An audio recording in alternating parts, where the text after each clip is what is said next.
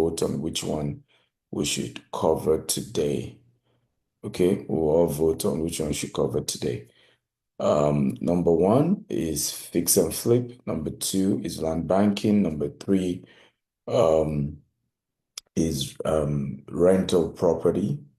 Number four is real estate investment trust, or another word for real estate investment is called syndication, which is basically you're investing your money and you're just getting returns. You don't want to get involved in the, busy process of doing real estate. So you can type your top three. Okay, type your top three, and I'm going to focus on that. So I could say fix and flip, I could say rental, REIT, and flipping by Grace. Who else? Just give me your top three, and that's what I can treat for now. You can get the rest in the book. Go get the book, it's on Amazon. Rental property, fix and flip, land banking. Okay. Somebody else is saying, who else? Let's see. I'm gonna focus on the highest vote. Syndication, fix and flip, land banking. Okay, I can say everybody wants fix and flip. I don't you guys. By the way, I hope you know fix and flip is one of the tallest type of business, right? Emmanuel from California, welcome. I hope we know fix and flip is one of the toughest one, really, really toughest one. So, land banking, fix and flip, syndication, fix and flip, rental. Okay. Which one again? Let me see. Okay, so from what I'm seeing here, fix and flip, land banking, investment. So fix and flip is number one. Everybody wants fix and flip, so we're going to talk about that today. Number two, I'm seeing here is investment. Everybody wants investment. You don't want to do the dirty work before they call you out, like they're calling me out. Okay. Nobody wants to do the dirty job, but people want to make the money. That's what I noticed. Okay. Everybody don't want to do the dirty job, but we want the money anyway. And so we're always looking for the scapegoat oftentimes. Somebody should do the dirty job, somebody should do the work.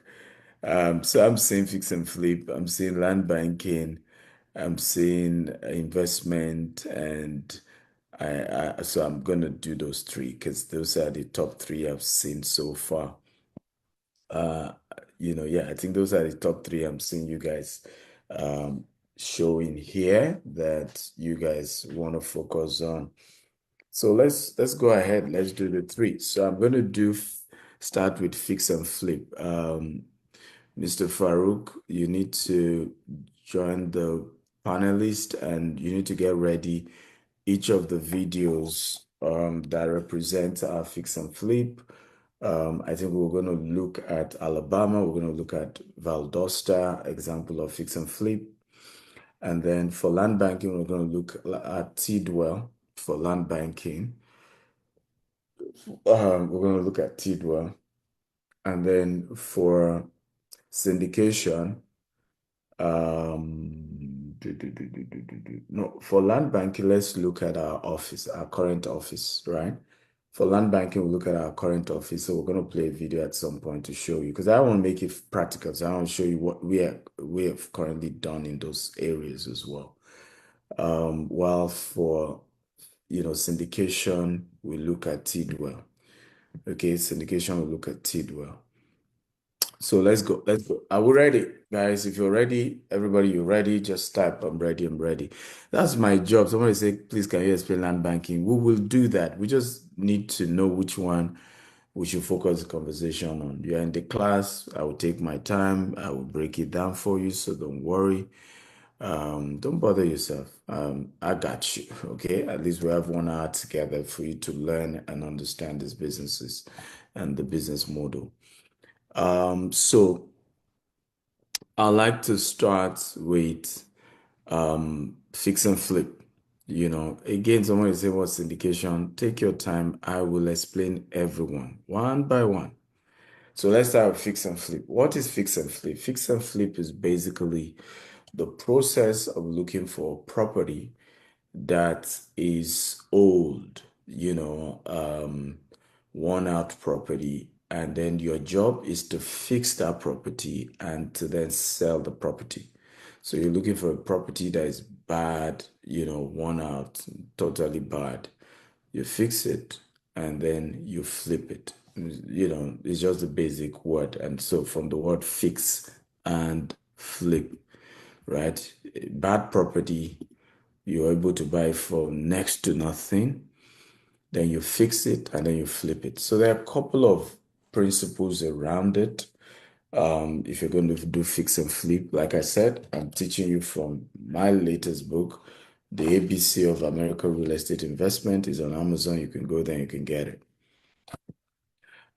So fix and flip. Number one, and I think that's very important when you want to do fix and flip, what are the things to look out for?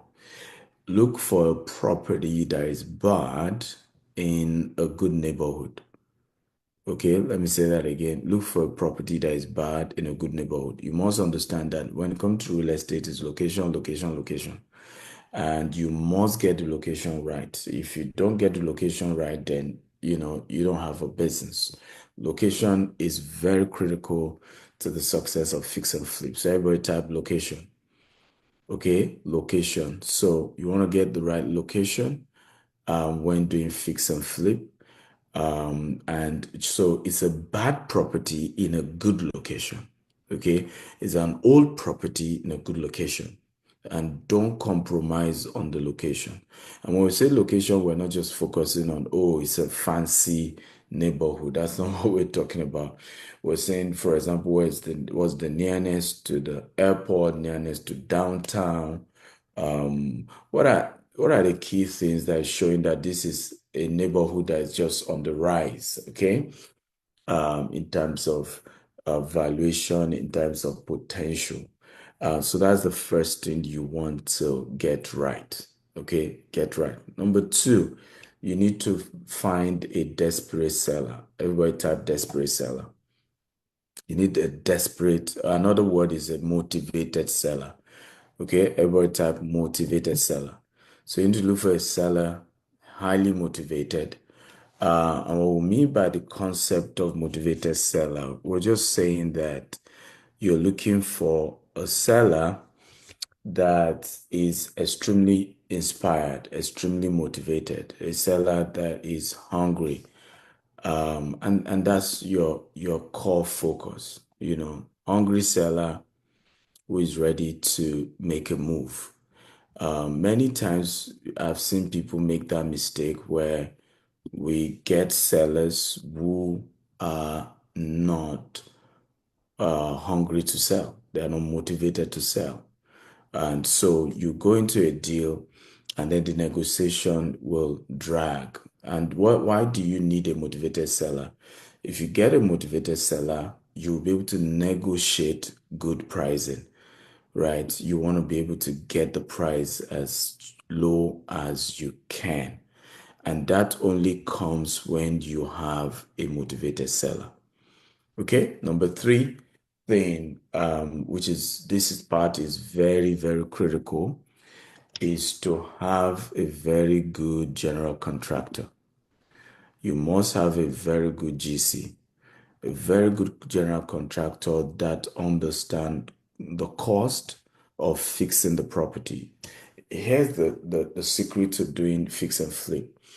You want to be, by the way, if you have questions, just put it in the Q&A section, please. Your question should be in the Q&A section, else other people's comment will block it. And I'll take questions once I'm done with each of the business types. So if you don't have a good general contractor, first of all, you will start a project with the mindset that, okay, I need to fix this thing with $50,000, and then you end up fixing with $70,000, and that eats into your profit. Because the concept of fix and flip is that not only do you want to fix it, you want to be able to flip it on time. And you won't be able to flip it on time if you've spent too much to fix it. right? So what makes the property to also sell faster is that you spend so low to fix it, and you have so much resources at your disposal, so much resources that ultimately at the end of the day, the whole process of choosing to say, okay, you know what, I'm going to flip it, even if people are negotiating a bit low, because you were able to spend so low in fixing it, you will still be able to sell it. So, e.g., you bought the property for $75,000. You fix it with what? With $50,000. That gives us a total of what? Can anybody give me the number? Total of what? I want to be sure you guys are following. I bought the property for $75,000. I fix it with $50,000. What is my total cost? Okay, $125,000. Okay. Now, if the new price, the cost of doing everything is $125,000, but property in that area is now selling for $200,000. What this meant was that I was really, really able to fix it for a very, very low price. And what the advantage of that is that even if you're offering me $190,000, I will still sell, because in my mind, at $190,000, I'm still making a profit of $65,000, and that's a good one.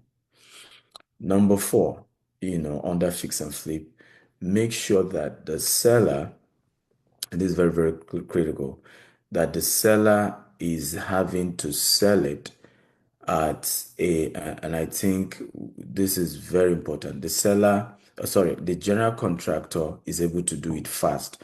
So you need strong recommendation. What other project has this general contractor done before? What is the proof that this general contractor can get these things done and do it well and do it fast and do it quick? All that is very, very critical and very, very important. You need a general contractor that can do it quick. In fact, I would rather prefer a general contractor charge me higher. Remember, I'm also telling you to try to get a general contractor that can charge good pricing, but I would prefer he's charging me a higher amount, okay, and he's finishing the project on time than a lower amount, and I am having to do what? Spend ridiculous amount of money. Okay. I'm having to wait for a longer time. So I'll give you a breakdown of what I'm saying. If you bought the property, like we said earlier, for $75,000, you fix it for $50,000, and then you're able to do the fixing in 3 months, right? In 3 months, they were done with the fixing, and in another 1 month, whether you use the auction model to sell it, or you decide to, put it in the market, and you have a 30-day closing or 60-day closing. So we give it another 2 months. So you're able to then sell the property, flip it in another 2 months after renovation. This is total of 5 months now that it took you between buying it, renovating it, and selling it. 5 months. Now, is this better compared to you're able to buy it for $75,000? You got a general contractor who was able, right, to say he will fix it for even as low as $30,000. That bringing your total cost to $105,000. So you've saved $20,000. But this contractor took 9 months to fix the property. 9 months. Meaning, by the time you need to sell the property, you have spent a whole year. Now, I want you to tell me which one is better. Okay, I want an answer. Which one is better? I'm having a seller who is able to make moves and is able to, sell, sorry, a general contractor will be able to fix it on time in 3 months. I'm able to sell it in 2 months. So 5 months, I'm done with the deal. I'm looking for the next deal, meaning I can practically do 2 deals in a month. Do you see the advantage here? And if I'm doing 2 deals in a month and I'm making $65,000 on each deal, right? What happens? I have made over $100,000 in 1 year compared to making $65,000 making, no, this one means you are making $85,000, but you're making the $85,000 for a whole year. When you could make over $120,000 in a whole year. So these are some of the very, very important things to look out for when you're doing fix and flip. Speed is of essence. Speed is very, very important and very, very critical. Are we getting value, by the way? If you're getting value, tap, I'm getting value, I'm getting value, I'm getting value. I'm learning, and feel free to share and invite more people to this class. Feel free, invite more people to come learn. So that's that for fix and flip. Now you've been able to get a good general contractor. The next phase is now the property is ready. You need to flip it. Now, in flipping, my advice, like I said earlier, is it is better to flip it at a lower price, making a lower profit margin, but you flip it on time, okay? Then you are saying, no, I must get the right value for it. The property, this location, property is selling for $200,000. If nobody is buying for $200,000, I'm not going to sell. I would rather sell at 190 or 180 and move on to the next deal than drag the entire process. Are we learning? If you're learning, just type, I'm learning, I'm learning, I'm learning. Okay? Again, I would rather sell at a lower margin than keep it longer. Okay? Than keep it longer. So I will take your question at this point on fix and flip. What's your question? If you want more, go learn in the book. There's a book for you. So I have Ike Ocha says, what age range or year build should you have concern on structure or foundation issues on the property? Well, remember we're talking of fix and flip. So your focus, and that's why I said the neighborhood is critical, because sometimes when you look at the neighborhood, you are looking at, okay, if I fix this thing, how much will I be able to sell? Because how much are other properties selling in this area? Those are more of your concern, really.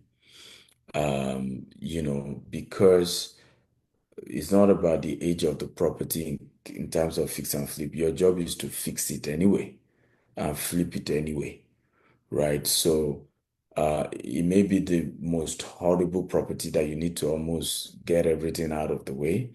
And it's almost as if you are rebuilding it. What is just important is the numbers, because you need to have a GC that can help you do the numbers. So the job of your GC is to say, look, all that it will cost us to fix this thing, okay, is X. And then you can then do your analysis to say, okay, if I'm fixing it for X and then property like this, 3 bedroom in this location sells for this, okay, these are the kind of profit I can make. That's how you do your calculation. So it's not necessarily much of what year was the property built and all those kind of stuff. It's more of when it's fixed, how much will I be able to sell it versus how much will it cost me to build it. I hope it makes sense. So someone said, what's the title of the book? Is ABC of American Real Estate Investment, Dr. Stephen Akintayo. ABC of American Real Estate Investment, Dr. Stephen Akintayo is on Amazon. Or you can go to my website, store.stephenakintayo.com. Any more question? Let me see if we have more question on this before I go to number 2, business model. We're teaching you on investment in real estate market, right? How to do investment here in the US. Yeah, Mega Odum says I'm getting value. Good to know, Mega. Yes. Any more question? Should we go to the next business model? Okay. Any more question on fix and flip? Okay. Any more question on fix and flip? Any more question on fix and flip?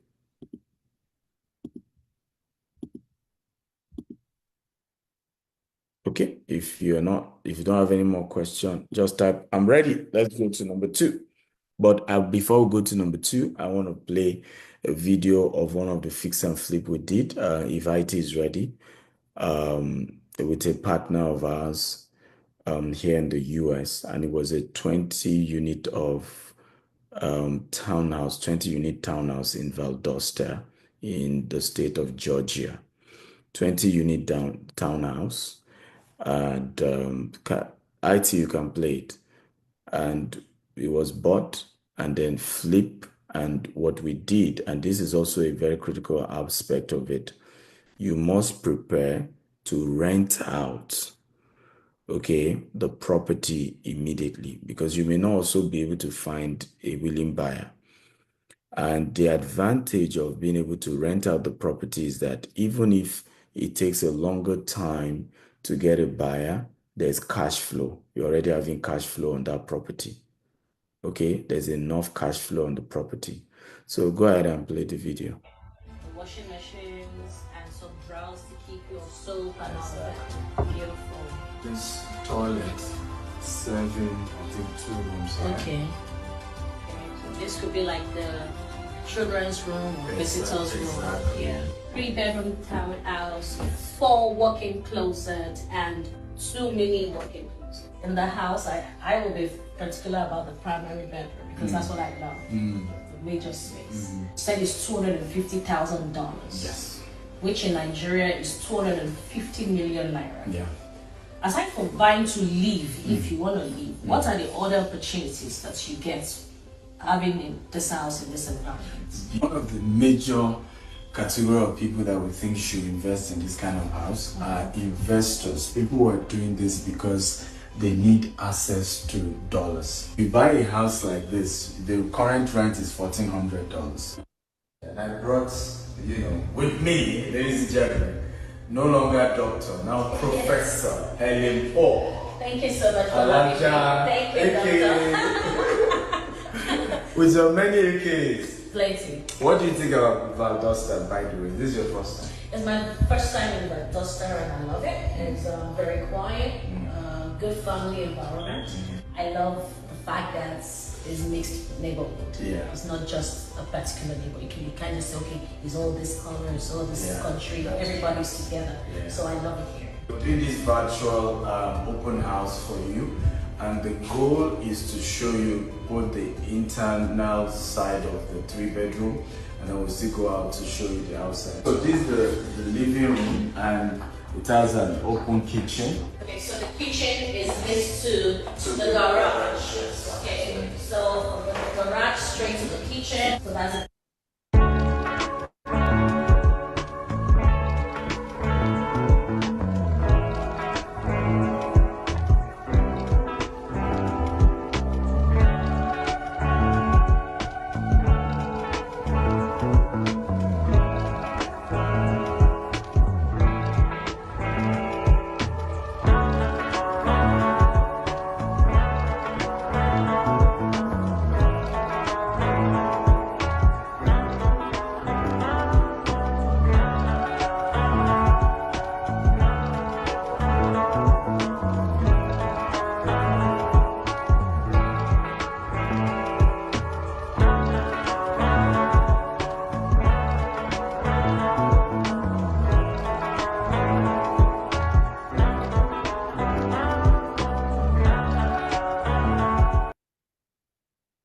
Okay. How many of you enjoyed that video? So one unique thing about that one, by the way, we still have some units available. By the way, Farouk, can you send me those 2 videos? I want to post it up. I need my draggers to see some properties they want. If they can afford it, why not? They should come and buy. Okay. It's all about affordability. If they can afford it, let them come and buy. Very, very important. But very, very key, as far as I'm concerned, is that what we did with this property is that it's fully rented, right? So and it's also a value you're giving your customer, right? What do I mean by value you're giving your customer? For your customer, they will be able to, take and I see it from that aspect. They will be able to take advantage. They will be happy knowing that there's already a tenant. Because when I'm buying a property from you and I don't yet have a tenant, I'm worried because before I then, be able to get tenants, the marketing to get who will rent the property, all of that. So many times people love to buy properties that already has tenants. You are just transferring the rental income to them. So make sure that you have an arrangement in place when you're doing fix and flip, that immediately you fix it, you get tenants into the property. So even if it then takes a little longer to get a buyer, you're at least generating cash flow. Remember, you may have mortgage on this now. We've not even talked about the financing aspect of real estate investment in America. And I think I'm coming up with a masterclass of real estate investment in America, and I want to focus a lot about the investment part of it, the getting funding and stuff like that. But it's very, very important that you are conscious of this aspect. It's a very, very critical part. Somebody's asking, does someone say fox and flip apply to Nigeria? I didn't say fox and flip, fix and flip. Oh Lord have mercy. Okay, it's fix and flip. And the answer is yes. It applies to anywhere in the world. You can do fix and flip anywhere in the world, really. It's just basically you're looking for old properties, you're fixing the property, and you're selling the property. So this particular one is a good one, and we have it available. We have some units still available to sell in state of Georgia, Valdosta, Georgia, and anybody wants to invest, they are free. Farouk, am I correct? $250,000 for the middle ones. The ones at the edge is $275,000. Is that correct? Yes, sir, that's very correct. Okay, beautiful. So which email can they reach out to? Info@GTEX USA or where? Yes, info@gtexhomeusa.com. I'll type it now. Okay. So if you want to buy, why not? But for the purpose of the class, I am just taking my time to show you some of what we have also done. So you can see that this is not just a motivational speech. And for those who are angry that I charge $20,000, I don't know what they are talking about, because the kind of lessons you're going to learn from me in 1 year, you've made a lot more, right? And for the rest of your life is an invaluable lesson. Now, how many of you agree with me that even this free class is really, really valuable for you? Okay? How many of you? Also, can somebody confirm? Okay. Also, can somebody confirm for me about somebody confirm for me if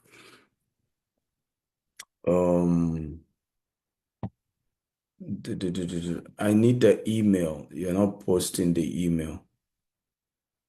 Okay, the email is info@gtexhomesusa.com. So you can send a mail if you want to make inquiry.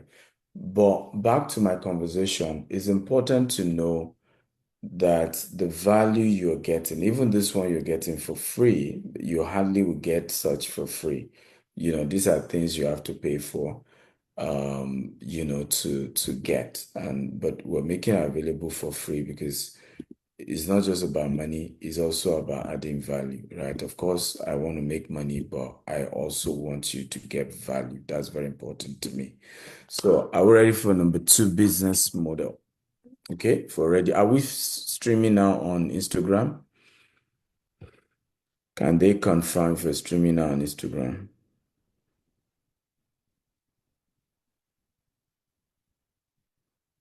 Okay, I'm told we're streaming also on Instagram. That's fine. Again, feel free, like we said, to invite people to join this conversation. Like I said, I want as many people as possible to see it and be able to learn from it. Farouk, can you also check if they're streaming on Instagram and other platforms? So let's go to number 2. If you're ready for number 2 business model, just type I'm ready, I'm ready, I'm ready. Number 2 is land banking in the US. Just like anywhere in the world, you can buy land when it is cheap. when it's not yet developed, and you can sell. You can buy, you can sell. And this model for me is very, very important, as far as I'm concerned. Very, very important. Okay. So, what is land banking? Can anybody guess what is land banking?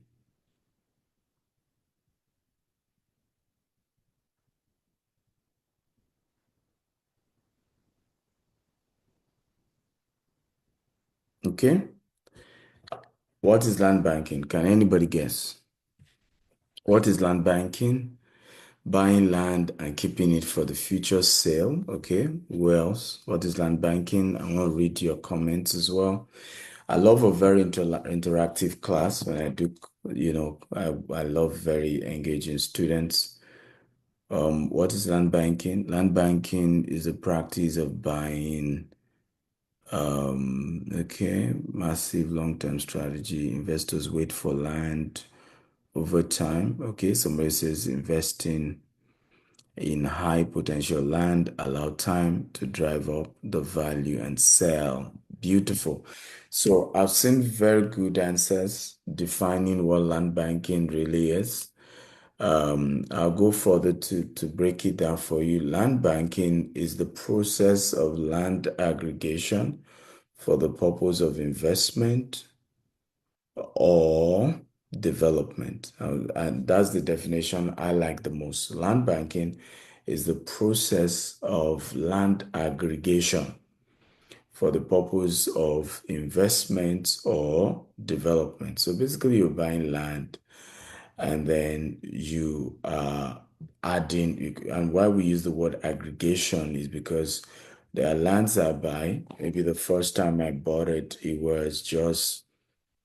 um, it was just a portion, and then over time, it continues to increase in number, right? So it's the process of land aggregation for the purpose of investment or development. And I want you to know that when it comes to land banking, there are two pathways. I buy a land, I keep it for some years. I see there's value in it. I can then sell it, and that's the option of investment. But I can also keep it for some years and develop it. Keep it for some years and develop it. And this is very, very important. And for me, one of the most powerful things that I see when it comes to this whole land banking conversation is that, and this is very, very critical. One of the very important things that I see with the land banking conversation is that if you are smart, you will do both the two together on the same land. And that's the unique thing with us at GTEx. What we try to do is a unique model to say when we buy land, we'll buy it, keep it for a while, and we'll sell some of it. And we'll also develop some of it. Okay? So we try to divide our lands into two. Half of it we're going to sell so that we make some money. Half of it we're going to develop in the future. So sometimes I laugh when I get all this, oh, you've not built houses enough, you've not done this, so how many estate have you finished? First of all, you that you are talking, hey, do you even have 1 acre? And it's funny how your enemies are not even 1% your size, and they're still telling you that your size is too small. Do you see how bullies can be funny? A bully is not 1%, okay, as good as you are, but is questioning how good you are. It doesn't just make sense at all. Your energy should be to try and, how many of you agree with me? Shouldn't your energy be to say, can I also do something with my life? Isn't it? But you see, when I then descend into I'm not doing anything with my own life, guys. My life is a mess. But no, no, no, your life is not good enough. I'm just here to prove to you that your life is not good enough. That shows that there's some mental health somewhere. Okay? Will you agree with me? Okay? That shows that there's some mental health somewhere. There's definitely some mental health somewhere. Because when I see people who have done what I haven't done, rather than criticize anything, I want to focus my energy to say, wow, can I do my own version? Of course, maybe my own version would be a lot better. Maybe my own version would be a lot smarter, and I'm just going to make some adjustments. But I admire that this person is way ahead of me. This person is doing something I'm not even able to do yet. Okay, so our model at GTEx Homes is to say we're going to buy lands. When we then do land banking model, right? We're going to buy land. We're going to sell half of it to other people who are interested in also doing land banking, right? And so that we have keeping the land 50% of it. Those who do land banking with us are also keeping 50% of it. I hope we're learning here. And together, we are all able to move into the future together. And that may take us another 10 years before we start building, or 20 years before we start building. But we know what we're in for. And that is how we do land banking. And you can do that. Now, you can choose not to do what I'm doing, where you just buy the land and after 5 years, you flip the entire thing. Or you just buy land, after some years, you develop the entire thing. It's up to you which model you want to do. But one of our best business model is called land banking. It's worked for me over the years. Is what has allowed us to scale like this without having enough capital. In 15, 17 years, we've not borrowed a dime in the Nigerian business landscape. We've not borrowed a dime. And so all we've had to constantly invest in is to leverage on being able to say, okay, we're going to buy land. And some of the lands we're even partnering with the seller. Some of the land we're buying it outright. But it's been a model that has worked. And only a fool doubts proof. Do you agree? Only fools doubt proofs. Only fools doubt proofs. Only fools doubt proofs. However, also in doing land banking, you could be clever enough to say, what value can I be generating from this same land while the land value keeps going up till I'm ready to do development on it, right? What value can be accruing? Okay, what value can be accruing while I work on, the fact that I'm keeping the land for a long time and it's going to go up. So you could farm on the land while you're waiting. For example, here in Texas, it is cheaper. In fact, once you get agricultural exemption, tax, instead of paying as high as $100,000 on a 100-acre property, you'll be paying as low as $1,000. Can you imagine that? So you could just say, hey, I'm going to farm on it. I'm going to lease it out to a farmer, get agric exemption. That way I'm not paying ridiculous tax. Alternatively, you could, in the model we're going to be showing you very soon, it could be a land where you say, you know what, we're going to build an office complex so that we have an office somewhere, and we're going to leave the rest for future. And then in future, when we have the resources, we're going to develop it, right? So that is how land banking works. I hope we learned from this. Do we understand land banking now? If you understand, type I understand. If you don't understand, just say I don't understand. The same way in the bank. You go put your money in the bank. You've banked it. That's why this time around you're banking land. You're keeping land for a long time for the value of the land to rise. And it's a sweet business model. Arinze Aman Nekwe says, what advice do you have for students in the US interested in real estate? Well, being a student does not limit your ability to do investments, and that's what you need to understand. Being a student limits your ability to work, but not investments. It doesn't limit your ability to do business. It doesn't limit your ability to do investment. And that's why some of the biggest, billionaires in America started when they were on campus. That's why some of them are even dropouts. Okay. Because it was while they were on campus, they started business. And if you ask me what's my advice to a lot of students, start a business. I started my business on campus as well, right? Start a business. There's nothing as powerful as starting your business. Nothing as powerful as that. It is huge. So I hope I've answered you. Being a student does not in any way, right, stop you from doing a business. It doesn't. Okay, any more question? Okay, while Farouk, can we go ahead and play the second video we have? So this one shows our current office here in the US. Okay. And so a portion of it is an office,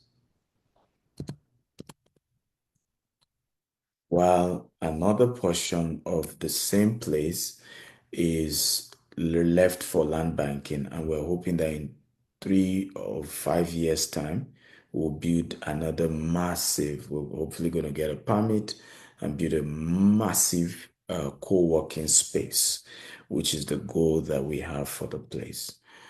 You can play it IT if you have that. If you have questions, remember on this land banking and how land banking work and how you can try land banking, you can go ahead and put it in the Q&A section, and I'm going to give you an answer. So, Ike Ocha question is, in the process of land aggregation, what model have you seen that yield the best result? Best leverage, outright purchase, or partnership with the owner? Good question. Oh, I think the only student I have in this class is Chukwuka, and I think it's because he's from the eastern part of Africa who have natural instinct towards business. Okay. So one of the things I noticed about the trolling that took place last week about me charging $18,000 for coaching, I realized that it was actually more from people from my side, right? There were more, I'm from the Yoruba ethnic part of Nigeria, and it was more from the Yoruba ethnic part.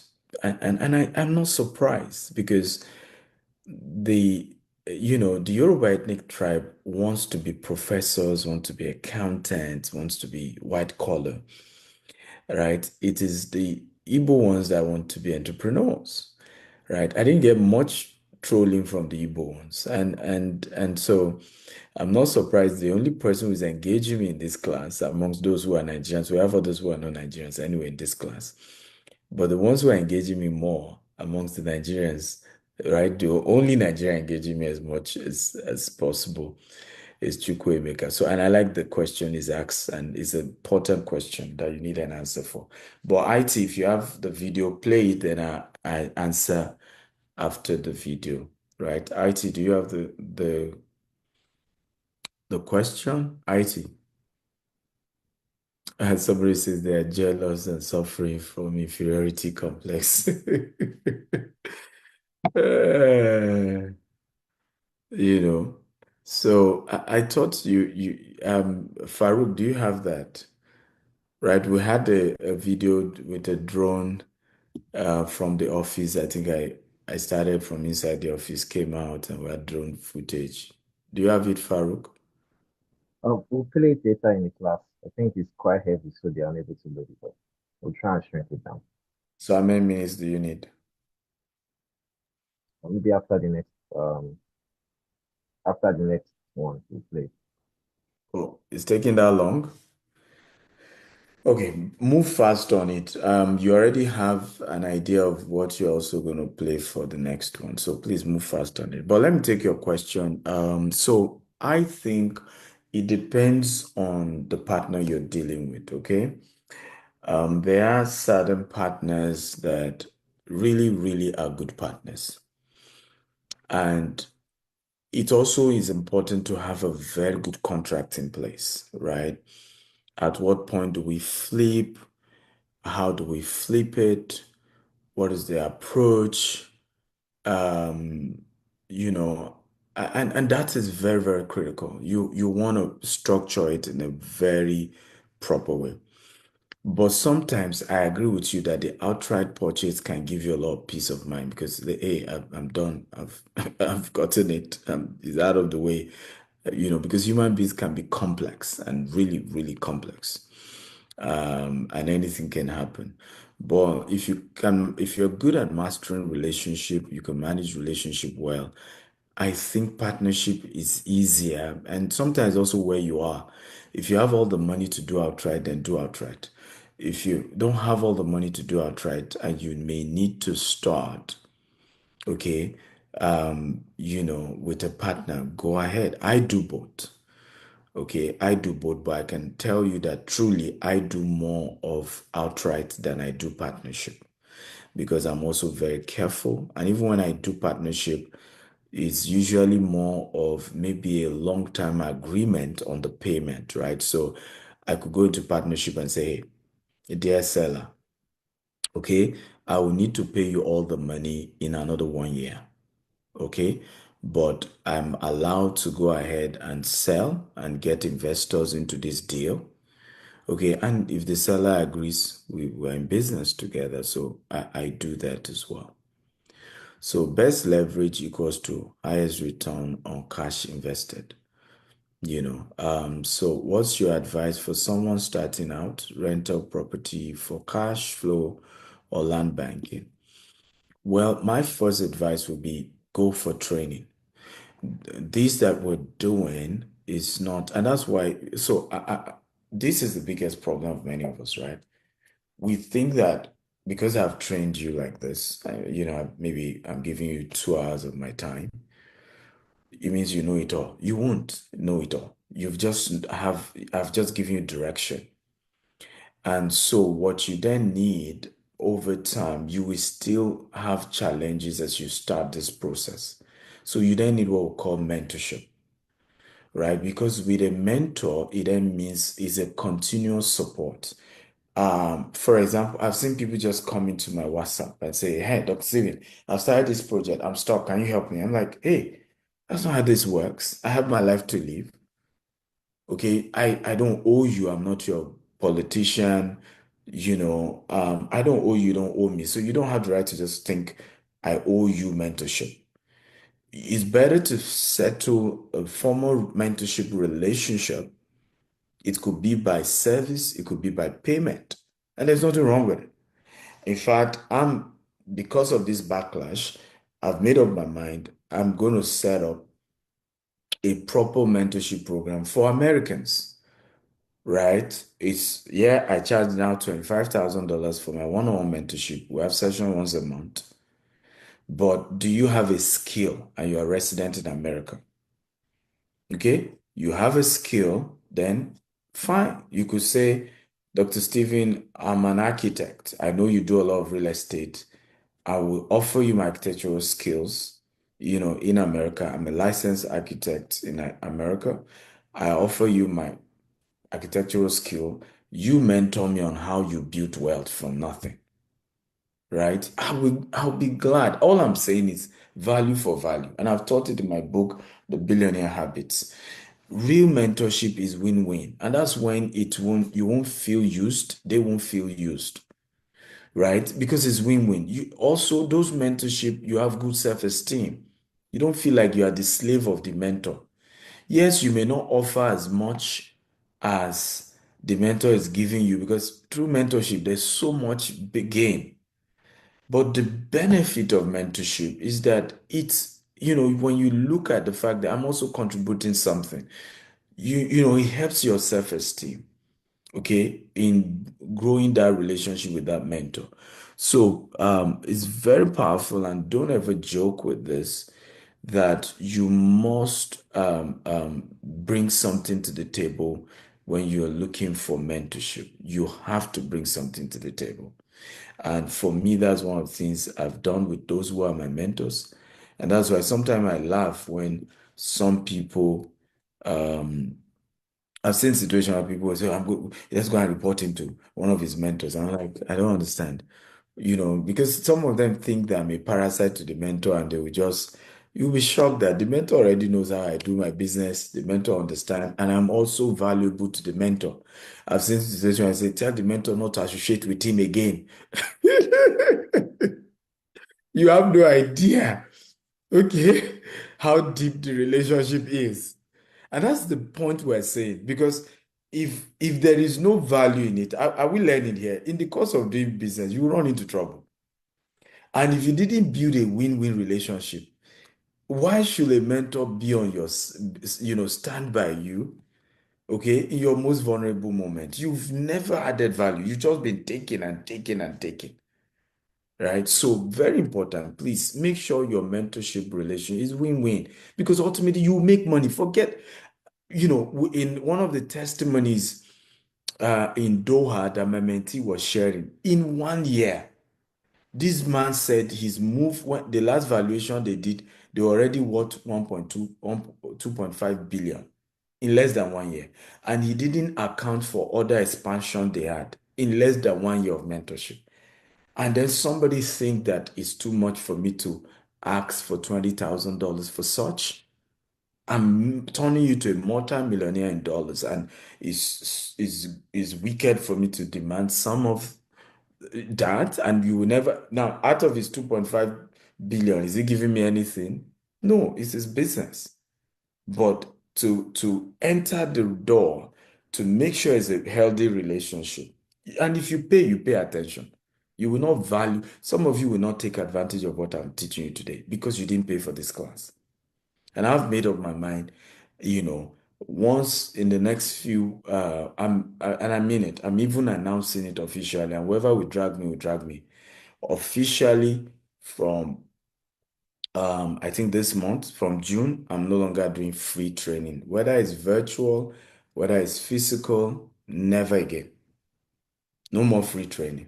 If you want free training, then invite me as a church, as an organization, I'll come. And then, of course, you'll pay for me to speak.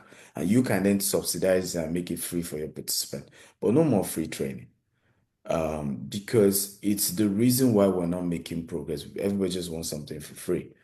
And anything of value comes at a cost. I didn't know this for free. I paid both in training and in experience to know what I know about land banking. True of us. Okay, so what are the major risks associated with land banking? Paul is asking. The risk of obstruct investors' drive for their business. I don't know what you mean by the risk of obstruct investors' drive for their business. I don't know what you mean by that.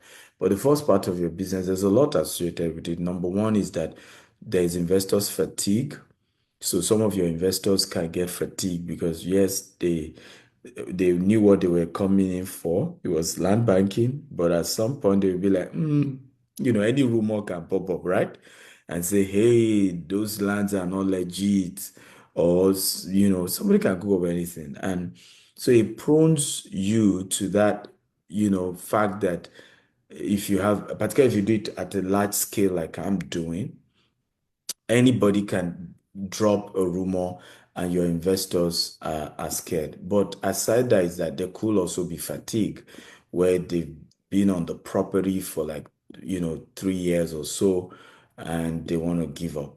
Now, legally, they can't hold you, but many of them may want to blackmail you. And so you have to be conscious of that particular aspect of things.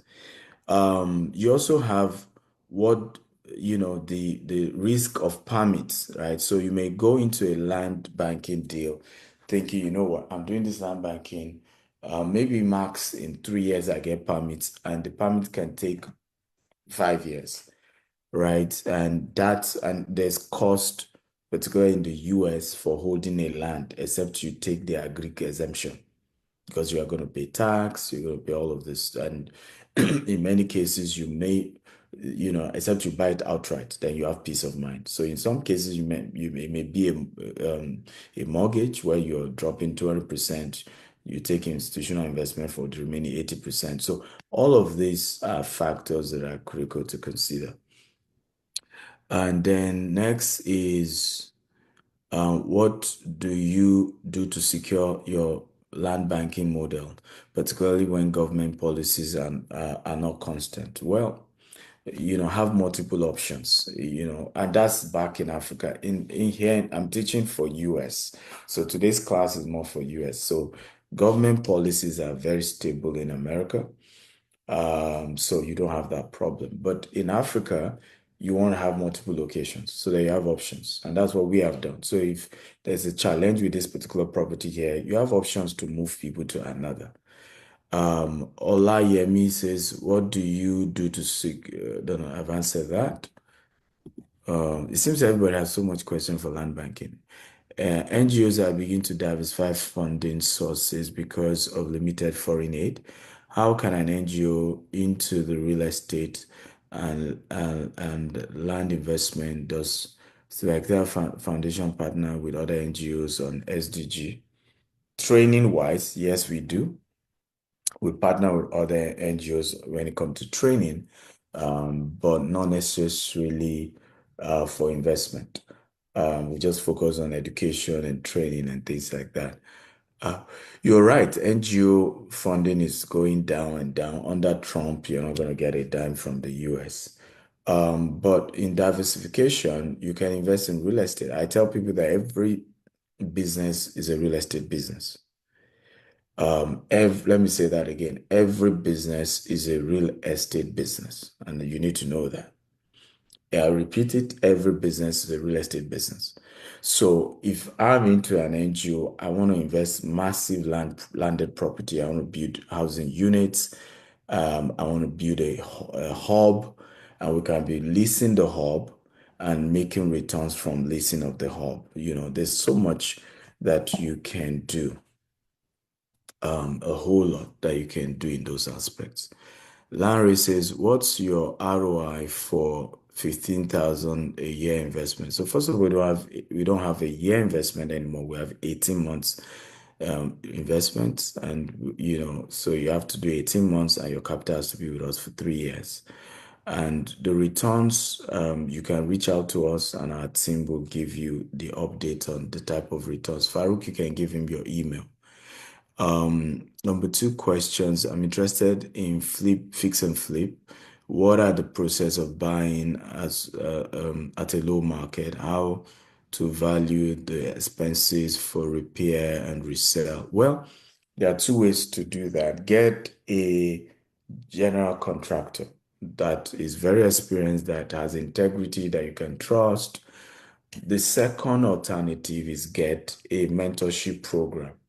Like I'm thinking of over time fixing a mentorship program just for US investors, where you can then show me, for example, it's easy for you to show me a property. I said, "Oh, Steven, I want to buy this property. Do you think I should buy?" So I'm creating a lot of communities, a lot of forum going forward that you can be part of. And and so through those forum, you can leverage on my advice as well as the advice of other people in the forum. So that is very, very important. Okay, so those are the 2 things. You get a general contractor who is very trustworthy, experienced to help you out, or you get a mentor that you can always engage as you see these properties to guide you. So Gustav Achu says, totally understood. Just wanted to get your perspective, sir. Gustav, I'm not sure I even got your question to start with. Okay, say your question is, let's see, Gustav question.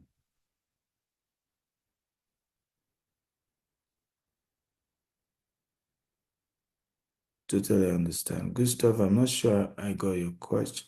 So what's your advice for someone starting out? Rental property for cash flow or land banking? Okay, Gustav, now I get your question. Well, my advice is both. You need cash flow. Land banking is long term. Okay, land banking is long term. So you need source of cash flow. So you want to do both because you need money. So my answer would be just do both. Okay. Do land banking, do rental income, because you need cash flow. And in this part of the world, cash flow is very critical. Okay. Joe Mickey says he wants to invest with us. Joe, send us a mail. Farouk, can you drop your email for? So I want to say this going forward as a result of the cyberbullying I experienced online. I'm no longer going to be putting a price to anything that I do, right? No price. So if you want to learn about the price, you call us, you send us a mail. I'm not going to put any price on social media because it's part of the lessons I learned, and I introspect a lot, right? So exactly, people got a bit upset. Oh, so I'm not going to put price anymore. So, because it could dawn on me that mentally there are some things that are normal to me, but they are not normal to others because of the poverty level. So, solution to things like that, don't bother, put your price in their face, and provoke them. So let them remain with what they're comfortable with. So someone say, just listening and assimilating the points. Do not mind trollers. They are jealous and suffering from inferiority complex. Thank you. Thank you, sir. Is it a must that Nigerian-based US, a Nigerian-based company register the company in the US before they can do real estate in the US? No. The answer is no. Um, you don't need to be registered in the US to buy property in your company name. Nope, you don't need to. But again, you need guidance, you need mentorship. Don't even joke with that. Chukuka says, how do I opt for your value mentorship in the US? I'll be happy to engage. Okay. I'll send you. Okay, so let me even give it to everyone, right? So my WhatsApp, can chat me on WhatsApp. I don't pick calls, just chat only, right? WhatsApp +1 443 790 3925. Okay, so feel free to chat if you want to ask me a question, but you will never typically you will still I will still have to refer you to my staff if you want to do any business with us. I don't, sometimes when people drag, they make it look as if somebody paid to my personal account. We run a business, and each business has its own leadership. They have their own directors, they have their own leadership, who runs day to day of the business. Okay. Okay. Any question?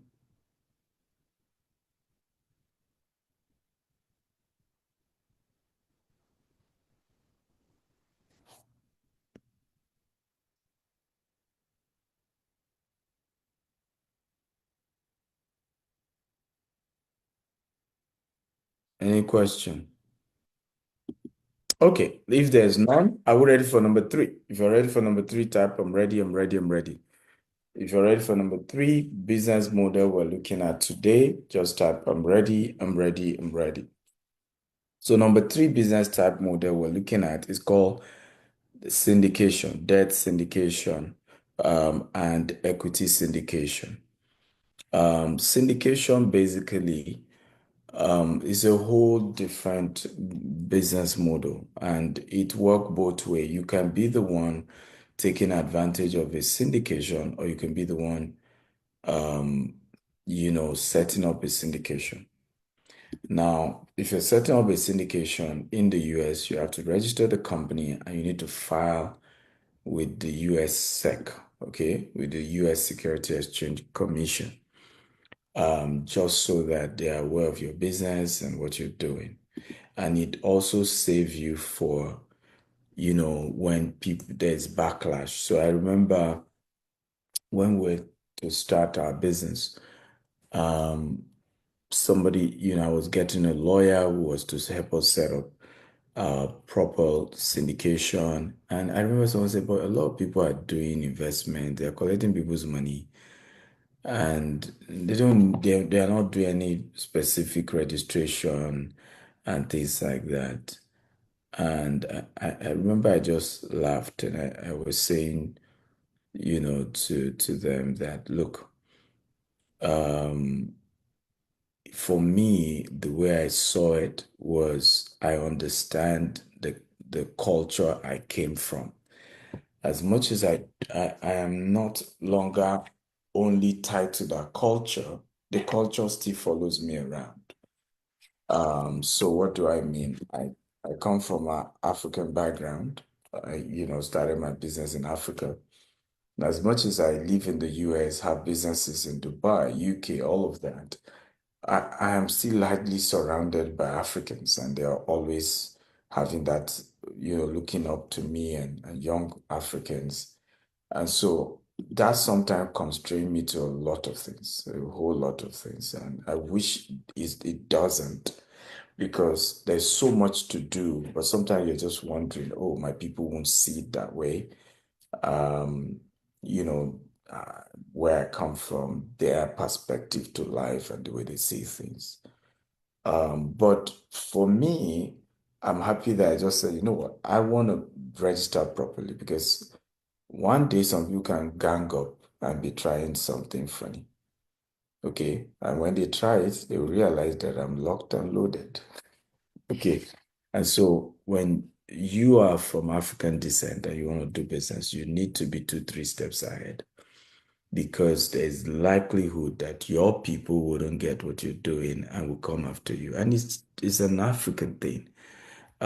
You're not going to be the first. Even African American face the same thing. Martin Luther King was celebrated when he was dead than when he was alive. When he was alive, it was all about gossip and rumors about him.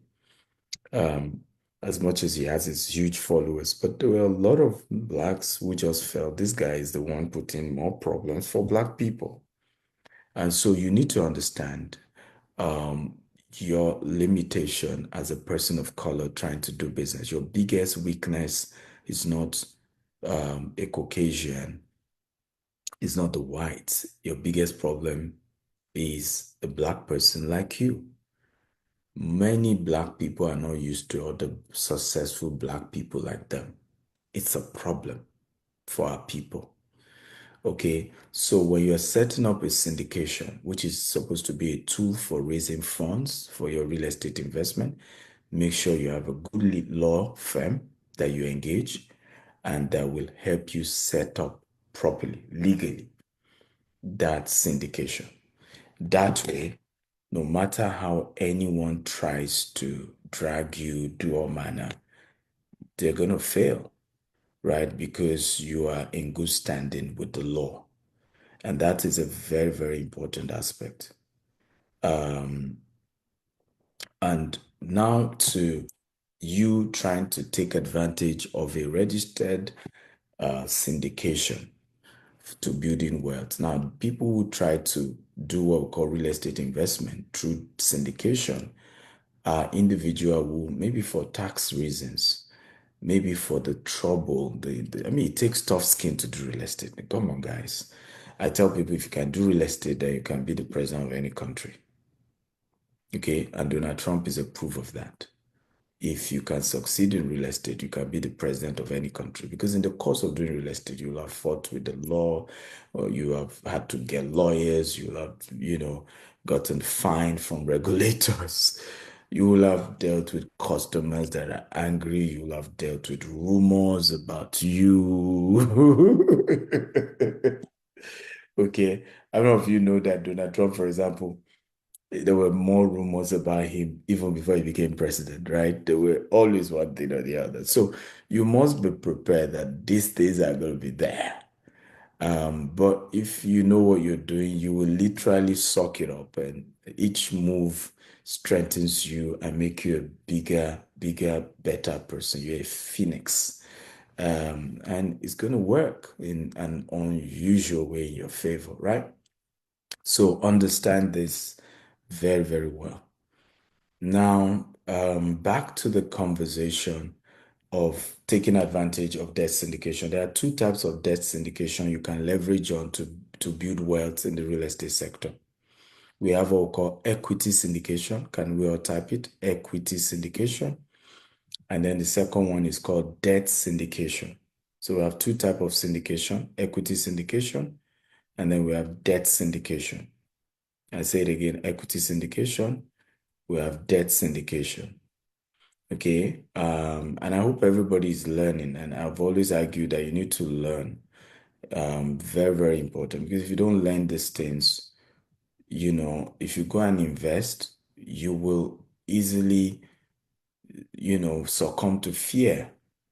I've never been scared of investing in Nigeria, for example, because I understood how land banking works. And so whether Nigeria economy has crisis or not, I was very solid. I wasn't moved here and there. I knew what I was doing.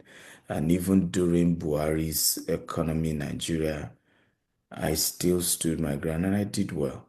So it's important to just keep doing what you need to do, and don't allow rumors to tear you apart. But if that won't happen, you must be well educated. You must be well informed about anything you are investing your money in. Because if you are not well informed, the day you hear any slightest thing about the company you invested with, the economy you invested in, the people you invested with, fear just takes over, right? And then you go paranoid, and it's not something you want to do. I'm not sure that's a good one. So, are we ready to go? Number one, debt equity syndication. Equity syndication is a type of syndication where you are a co-owner of the business. You are taking a little piece of the business, okay? And it's almost a form of shareholding. Okay, almost a form of shareholding. But this works very well in real estate, because it's like we've spent, I'm just giving an example, $1 million to buy, let's assume this is a house. We've spent $1 million to buy this house. Okay. And then we can then say, let's divide this house. Can somebody help me divide $50,000 by 1 million? That should be 20, isn't it? Right. So I need to buy this house. Okay, $1 million is a house. And then I'll decide to say, you know what? I am dividing the house into 20. Each syndicate must bring in $50,000 to own a portion of the house we are buying. So it becomes that we co-own this house. And the advantage, it has its advantage and disadvantage. The advantage of equity syndication is that if the real estate market crash, okay, and this house lose value, my profit in the house also goes down. If it's that they are to share rental incomes, because sometimes you buy the house, then you are not sharing money. Those companies who do this, either they are part of their business model, could be, there are other options, could be that they are buying a house, then they are using the rent from the tenant to pay you, the investor. That's sometimes the model that is being used. So the month that rent drops, like imagine during COVID, the Grand Cardone had to stop paying the returns, and people came after him. My own was a child's play compared to how they came after Grand Cardone during COVID, because he had to pause paying people their monthly returns, right? They came after him hard, call him fraud, call him all manner. But of course, he stood it and nothing happened. Even government left him alone, because it's just normal. Everybody knew COVID. Tenants weren't paying their rent that period. But that's the disadvantage. If you're an equity owner of that house Grand Cardone own, you are not going to also get rent because the tenants weren't paying.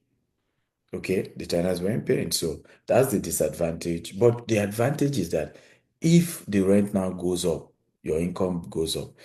10 years later, if you now agree to sell the house and you sold it for $3 million, you see, suddenly your $50,000 has turned to $150,000. How many of you think this makes sense? Okay, Is it a good type of investment? Right? If you think it's good, let me know. Is it a good type of investment? Because part of the advantage of it is, which is also critical in that particular business model, is that you're not doing all the work. You're not, which property, who's maintaining the property, how is it maintained? No. But the risk there is that whatever happened to the investment happened to you. If you make more money, if the investment makes money, you make money. If the investment lose money, you lose money. If the model you guys decide to use is that you're using mortgage, you're also affected by the mortgage as well, right? Are we learning here? Everybody's quiet. Are we learning? Are we learning? Is this a good business model? Because for me, it's good. Business is risk, and I've always said this over and over again. It's risk you're taking, right? In business, you are taking risk. You are taking risk, and you must be prepared that look, you are taking a risk. In fact, my argument when I train on this is that you can never be as richer than the level of risk you're taking. It's risk. Entrepreneurship is risk. That's why people don't take it, right? Entrepreneurship is risk.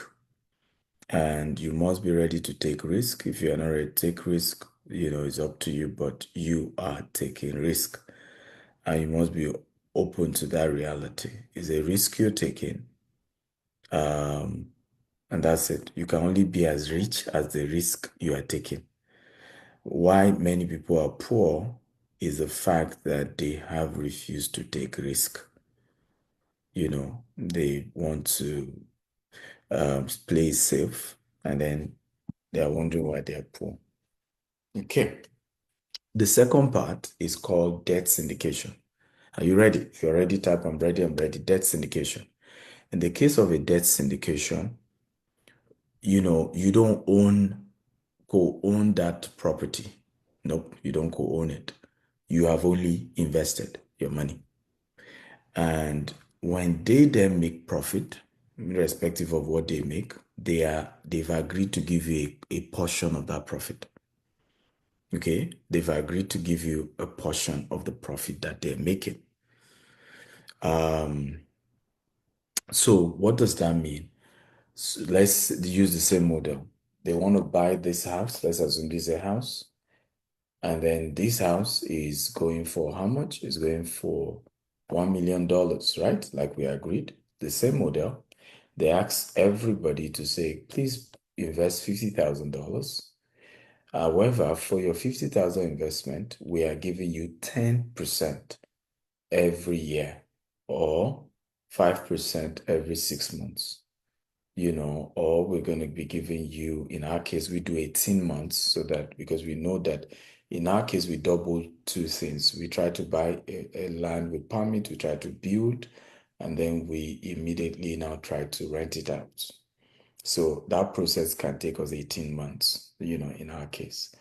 So same model, you buy, you build, you rent out. So we can say to you, okay, in every 18 months, we are promising to give you, our dear investors, we're going to be giving you 10%. Because it's 18 months, we may increase it. I say we'll give you, 14% every 18 months. And this is a debt, so it's a loan. So it's none of your business as much compared to, it's still your business, so don't get it twisted. But by law, if that company declare bankruptcy, they will sell all their assets and they will have to pay you first. Are we learning here? They have to pay you that invested in debt before they pay those who are equity. I hope this makes some sense. So you are seeing the risk here. So the advantage is that because you are not an equity owner, there's a limit to the liability that falls on you. Do we understand, guys? If you understand, if you don't understand, you feel free, use the question box to just ask questions, right? So because you are not co-owner of that property, you're immune from some of the stuff that is going on. So whatever happens, not everything that is on you. And that's how that works. However, another disadvantage is that you are limited to the profit. So if they go ahead and make way more profit, it's still going to be that 14% that you're getting, right? So you see how it has an advantage, it has disadvantage, because in the equity one, if that property goes ahead and make, 300%, you're getting the 300%. But of course, if everything disappears, you lose everything. Okay. But in the equity, in the debt syndication, because it's some form of loan, the best they can do is to tell you, give them some time. And if for anything they declare bankruptcy, what happens is that they're able to, the court will sell all their assets and distribute to you, the debt syndicator, first before the equity guys. I hope this makes some good sense.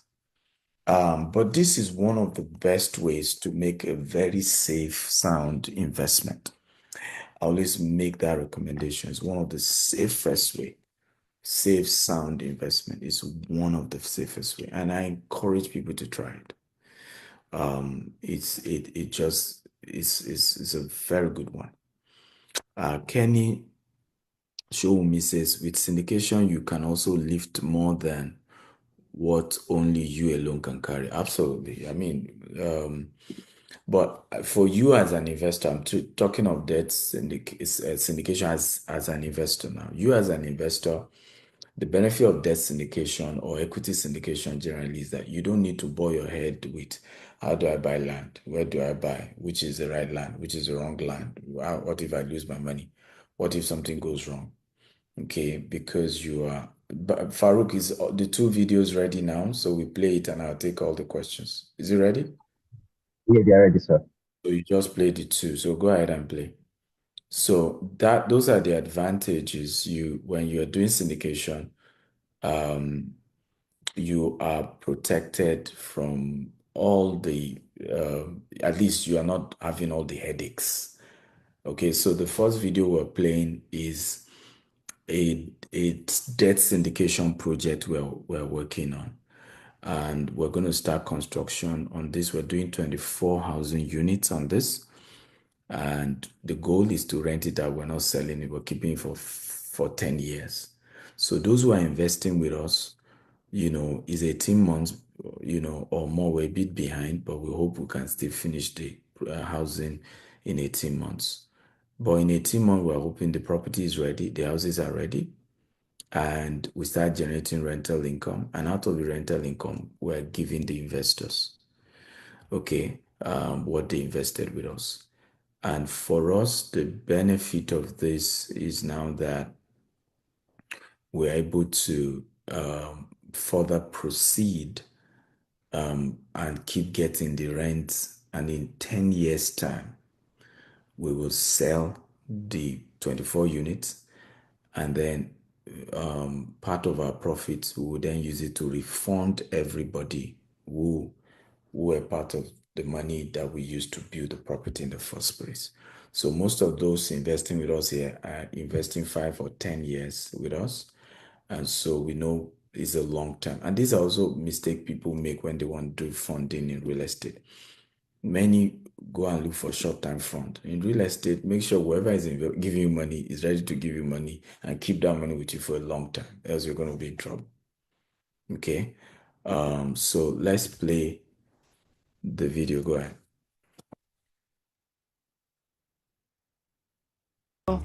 Court Tidwell in Houston. Here we're building 24 units apartments, and it's going to be used, of course, for short lights for people. We're facing Exxon Mobil petrol station. It's a new place developing fast.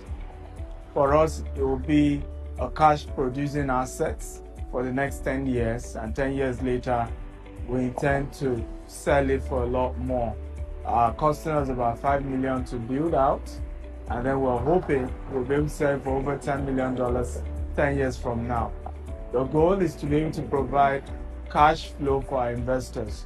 In 18 months, we're done with the construction. We already have permits, vertical and horizontal. Construction is going to start end to early January 2025. And so by the end of 2025, we should be done with construction on this property. It's just 12 minutes from downtown Houston, 15 minutes from Bush International Airport. Trust me, it's just fantastic location.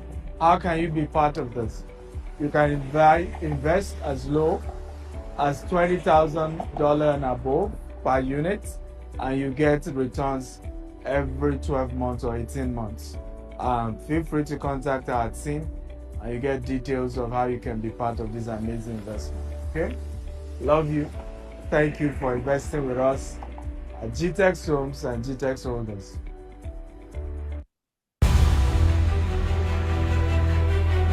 This is how it's gonna look like when we're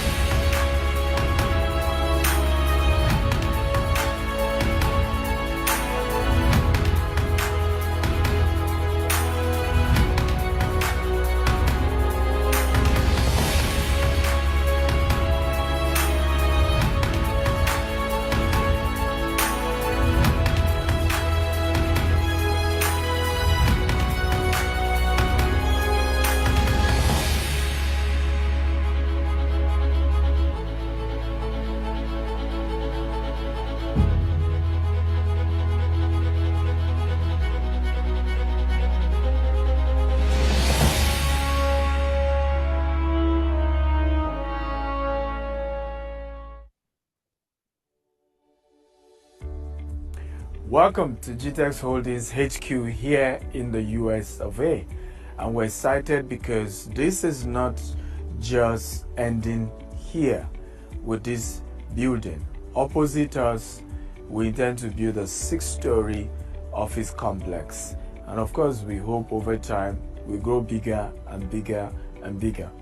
The beautiful thing is, as we expand with our $200 million expansion here in the US, you can join us and invest with as little as $20,000.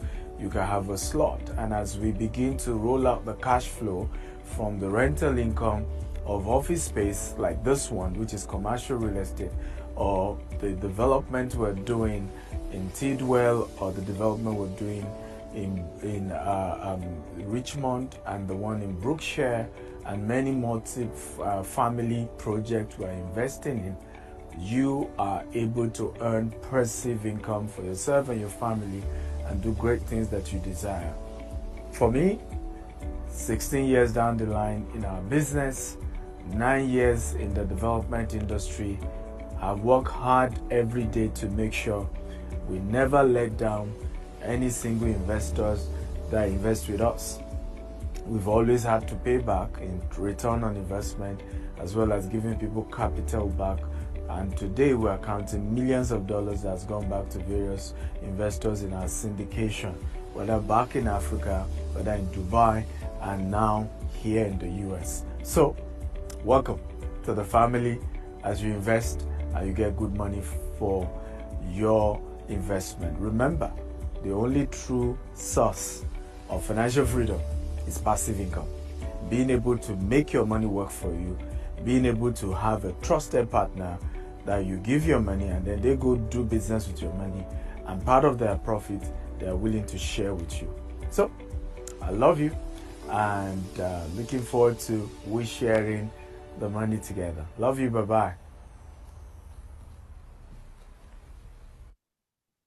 Welcome to Jasper Brookshire. Here. Okay.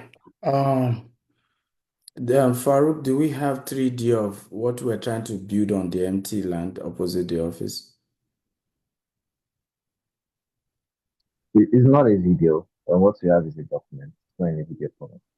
So can we follow up with the architectural team to do the video part and send, please? Okay.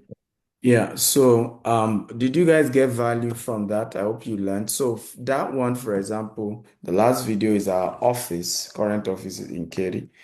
So for us is you have an office there now, so and even a tenant, so cash flow comes in. You have empty land for us to build a hub, massive hub that we're working on in the future. So the land now is being banked, the land opposite, right? Just there in the next 5 years, we turn it to a massive gold, right? So that gives you a practical example of a land bank, one of the land bankings we're doing here in the US. I'm ready to take your questions now, whether for the syndication for the syndication. I think I've taken enough question for the first. What's the first thing we learned? What the first business we learned? Can somebody type it? The second business we learned. And here is the last business we learned, which is syndication. So any question as we try and wrap up in the next 15 minutes? It's been 2 hours now.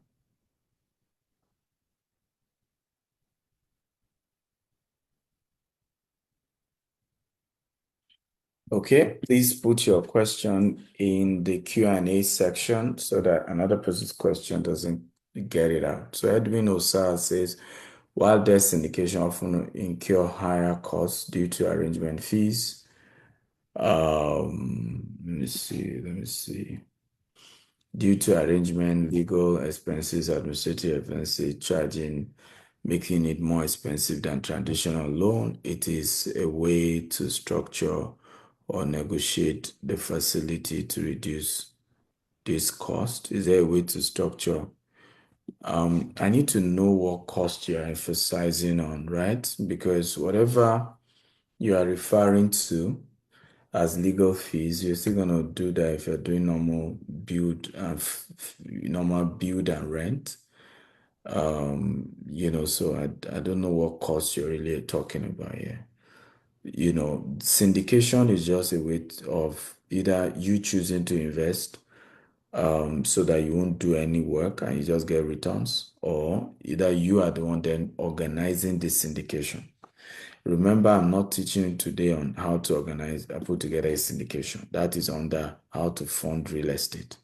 And I'm not teaching that today. I'm just even teaching you on the types. So in one of these trainings, we will then focus on how do you raise funding. Is when we are talking about how do you raise funding, then I will teach you on how to set up a syndication.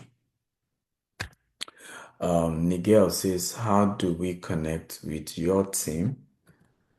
How do we connect with your team to see if we're a good fit for each other? Okay, well, you can even connect with me directly, Nigel, right? Just chat me on WhatsApp.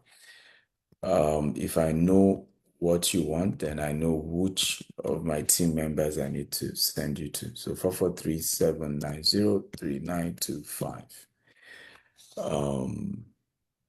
Okay. And then the team's email, if you're reaching out to the team, is info@gtechshomesusa.com. Any more questions? So syndication in Nigeria, do I need to register with SEC? Yes, you need to. Either you register with SEC or you register as a a microfinance bank or you register as a cooperative. So we are a registered cooperative. We in Nigeria, while in the US we filed with the SEC in the US. Okay, so you know, I think it depends on which one you want to go for. So does debt syndication always get back their money and expected return in spite of loss incurred in the business? It depends on who you are dealing with, right? For us, for example, we've faced some tough time in our Nigerian business, right? So for example, I got dragged last week because we have a coaching program that goes for $20,000. And in the bid for whatever is the goal of those who are behind the attack, they went after some of our businesses. And, and it was easy to go after one of our business, which are our land banking business. So some of the land banking clients in December, we wrote to them to say, you are owing us because we had billions of money being owed. Some of them bought land 5 years ago, 8 years ago, right? And didn't pay for development fee. We call something development fee. That money is supposed to be used to do fence and infrastructure. And so we said, well, to make peace, if you can't pay up within a certain period, we'll refund you everything. We'll do everything to you, right? If you can't pay up within a certain period. And we wrote them. And rather than people come back and say, okay, fine, I will either pay my development fee or I want my money back, you then see some of them being coerced to attack the brand.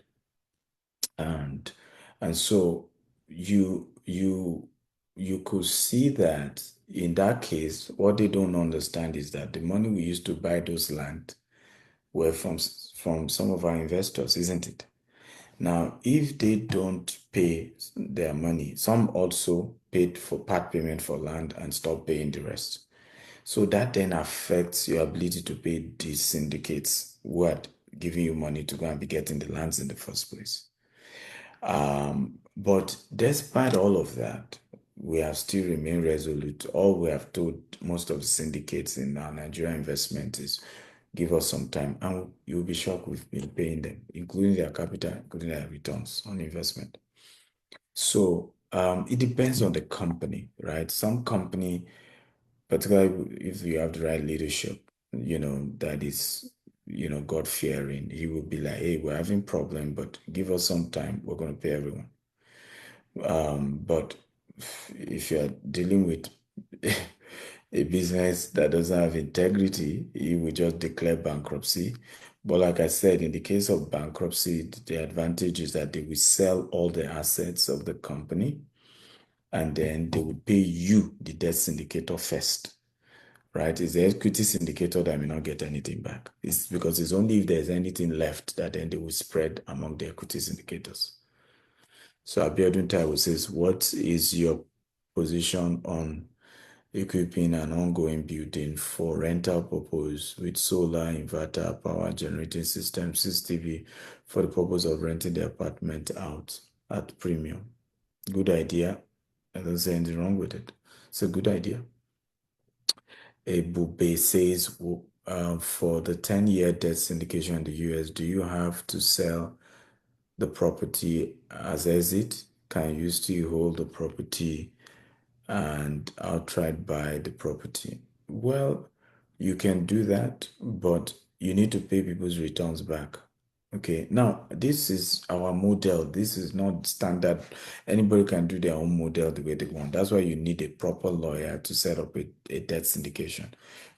Typical lawyer may charge you $25,000 because all this will be in the proposal. But we try to do like 10 years. That's the vision. We want to do 10 years.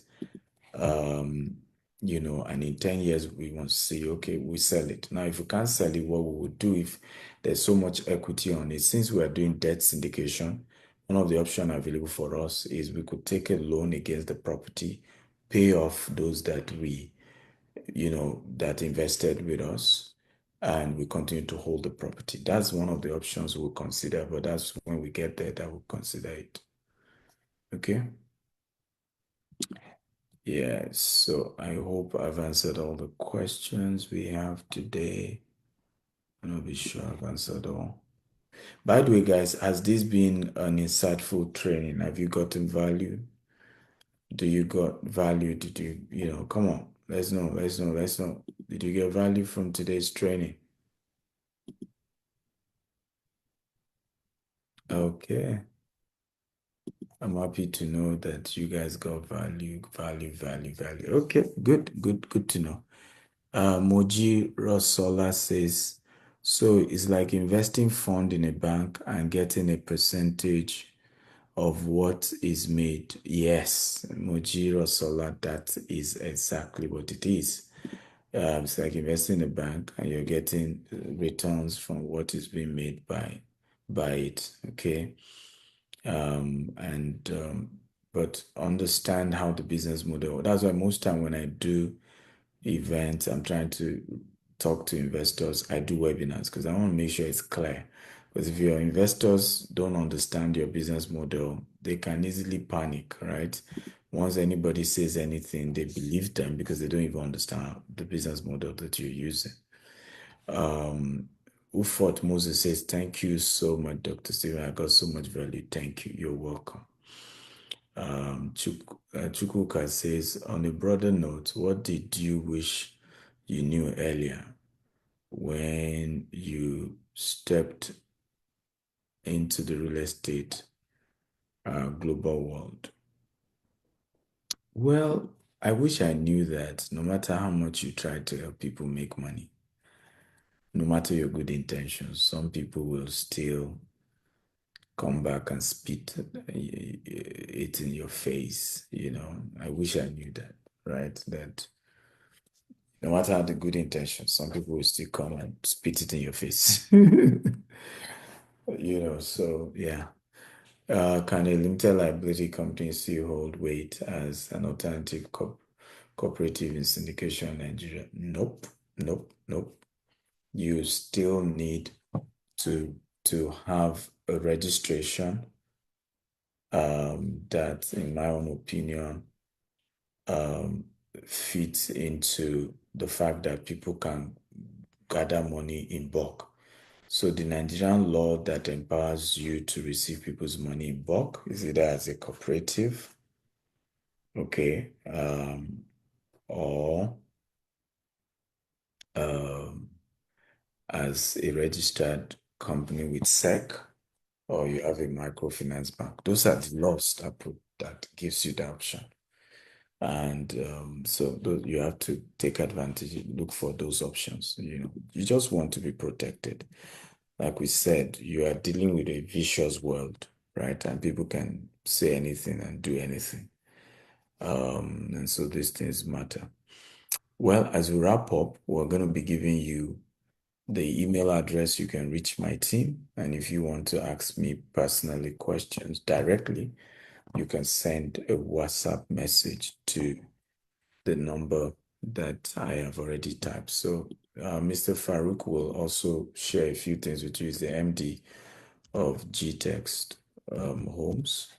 So +14437903925. So Mr. Farouk, you can also give whatever other information. Thank you once again for being part of this webinar. It's available on YouTube, Dr. S. Akintayo. I've done over 3,000 videos. So people who are not happy that I charge $25,000 for coaching because I'm Black and I'm African, please tell them they can go to my YouTube, Dr. S. Akintayo. I have 3,000 free videos where they could learn. I have so many people who have built massive wealth just from using free YouTube videos, right? So let them go there. Life is in phases, men are in sizes. You live your size part-time. That's ultimately how life and business works. So I hope that everybody picks up that. Once again, thank you all. Mr. Farouk, please go ahead. Yes, Thank you so much, Doctor, for imparting us with your wealth of knowledge. My name is Farouk Usman.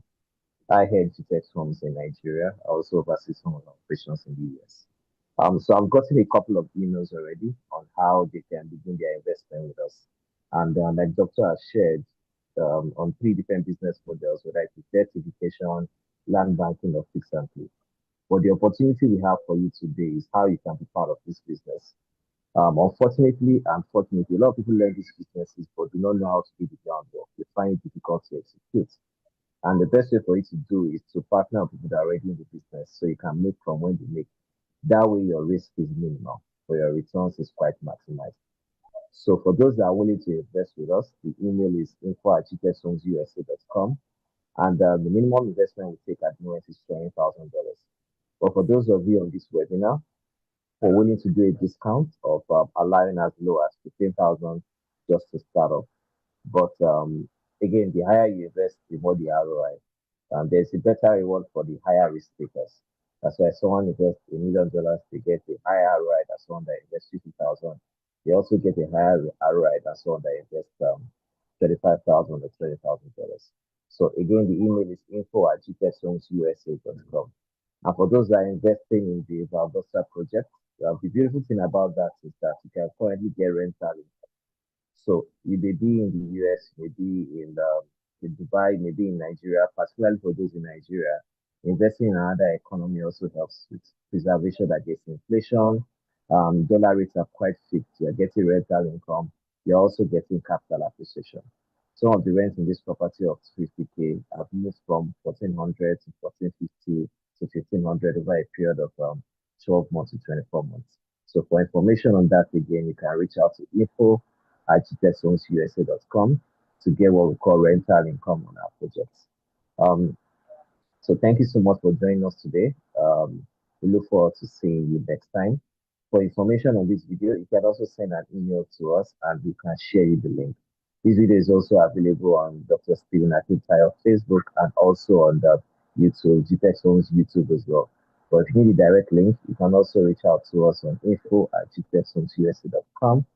Reach out with typing, and you can request for the replay. You can ask for any information, and I'll be replying. I've gotten about 2 or 3 emails during the course of this webinar, and you have been replied to understand how to invest with us. That's all I have for you for now. Thank you so much for joining the webinar. IT, can you just play one more video so as we wrap up, please?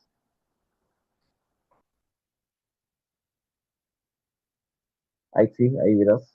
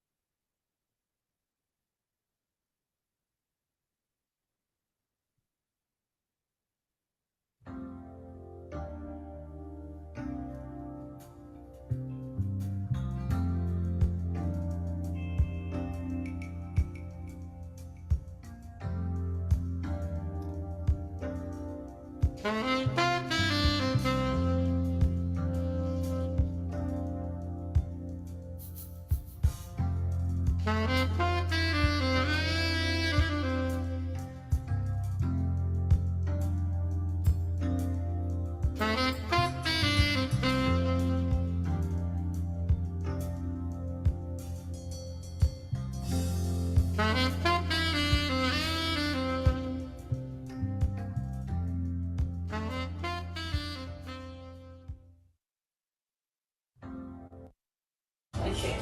The washing machines and some drawers to keep your soap and all that. Beautiful. This toilet serving, I think, 2 rooms. Right? Okay. So this could be like the children's room or visitors' room. Exactly. Yeah. 3-bedroom townhouse, 4 walk-in closet, and 2 mini walk-in closets. In the house, I will be particular about the primary bedroom because that's what I love. The major space. Said it's $250,000. Yes. Which in Nigeria is 250 million naira. Yeah. Aside from buying to live, if you want to live, what are the other opportunities that you get having in this house, in this environment? One of the major category of people that we think should invest in this kind of house are investors. People who are doing this because they need access to dollars. If you buy a house like this, the current rent is $1,400. And I brought, with me, ladies and gentlemen, no longer a doctor, now Professor Helen Paul. Thank you so much for having me. Thank you, Doctor. With so many AKs. Plenty. What do you think about Valdosta, by the way? This is your first time? It's my first time in Diaspora and I love it. It's very quiet, good family environment. I love the fact that it's mixed neighborhood. Yeah. It's not just a particular neighborhood. You can be kind of say, okay, it's all this color, it's all this country, everybody's together. Yeah. So I love it here. We're doing this virtual open house for you, and the goal is to show you both the internal side of the 3-bedroom, and then we'll still go out to show you the outside. So this is the living room, and it has an open kitchen. Okay, so the kitchen is next to the garage. Okay, so from the garage straight to the kitchen. So that's it.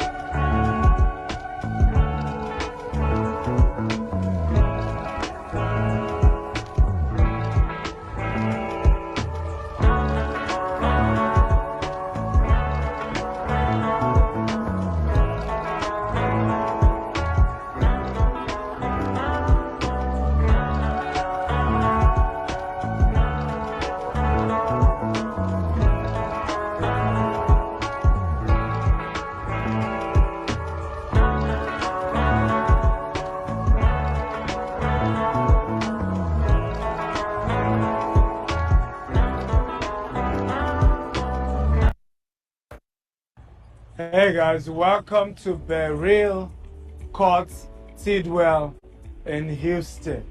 Here we're building 24 units apartments, and it's going to be used, of course, for short lights for people who are facing Exxon Mobil petrol station. It's a new place developing fast.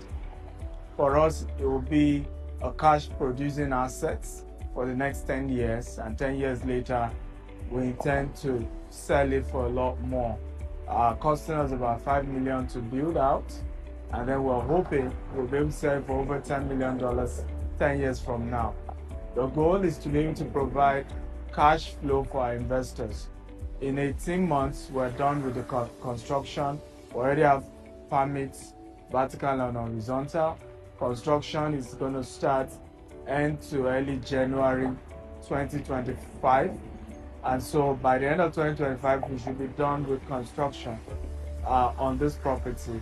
It's just 12 minutes from downtown Houston, 15 minutes from Bush International Airport. Trust me, it's just fantastic location. How can you be part of this?